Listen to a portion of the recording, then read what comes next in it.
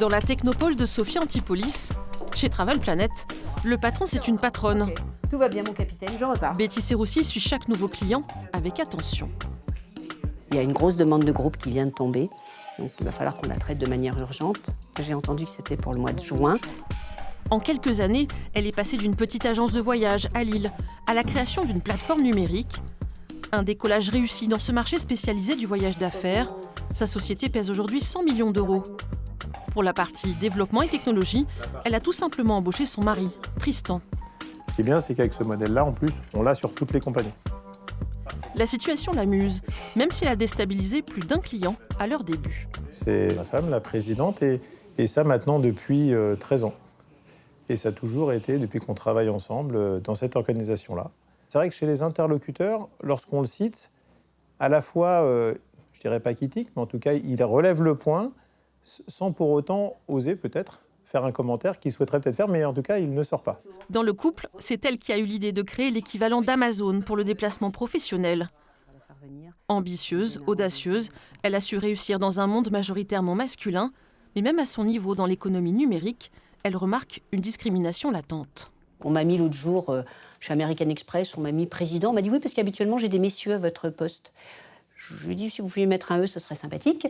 Mais j'ai envie de vous dire, chef, 2FE ou chef, F, ça ne me gêne pas plus que ça. Je pense qu'aujourd'hui, l'intelligence n'a pas de genre et surtout doit être asexuée. Les femmes dirigeantes restent pourtant marginales en France. Elles sont 15% pour des entreprises d'une vingtaine de salariés.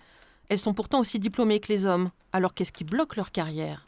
Les filles s'interdisent des choses que les messieurs osent, même s'ils n'ont pas le talent ni la compétence. Ici, je leur apprends à oser. Je leur dis, vous allez peut-être dire une bêtise, mais osez. Pour changer les mentalités, après sa journée de travail, Betty Serroussi part à Nice. À 59 ans, elle n'a plus rien à prouver. Mais la businesswoman va consacrer sa soirée à une réunion de la FCE, la Fédération des femmes chefs d'entreprise des Alpes-Maritimes. Donc je fais partie d'un réseau FCE où effectivement l'entrepreneuriat au féminin est mis en avant. Et bien évidemment, je me dois aussi d'aider, de partager. C'est très important de partager mes expériences. À l'ordre du jour, la question des mandats. L'association incite les femmes à prendre des places dans des instances locales, au Conseil des prud'hommes, à la Chambre de commerce, à Pôle emploi, des assemblées où la parité est loin d'être respectée. Les mandats, ça permet de s'impliquer dans les institutions économiques du territoire, c'est-à-dire on a une vraie représentativité et ça nous permet de donner notre avis et participer aux décisions qui sont prises où que ce soit.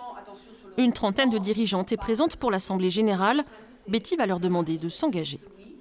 Qui pourrait, comme ça, là, entre vous, potentiellement avoir envie d'avoir un mandat ? Potentiellement. Oui, toi, Anne, t'as pas de choix. C'est bien. Moi, ça m'aurait intéressé, mais je pense que je suis trop vieille. Mais pourquoi t'es trop vieille ? Grâce à ce réseau d'entraide exclusivement féminin, elles trouvent la force de conquérir leur place, une façon de faire mentir les statistiques.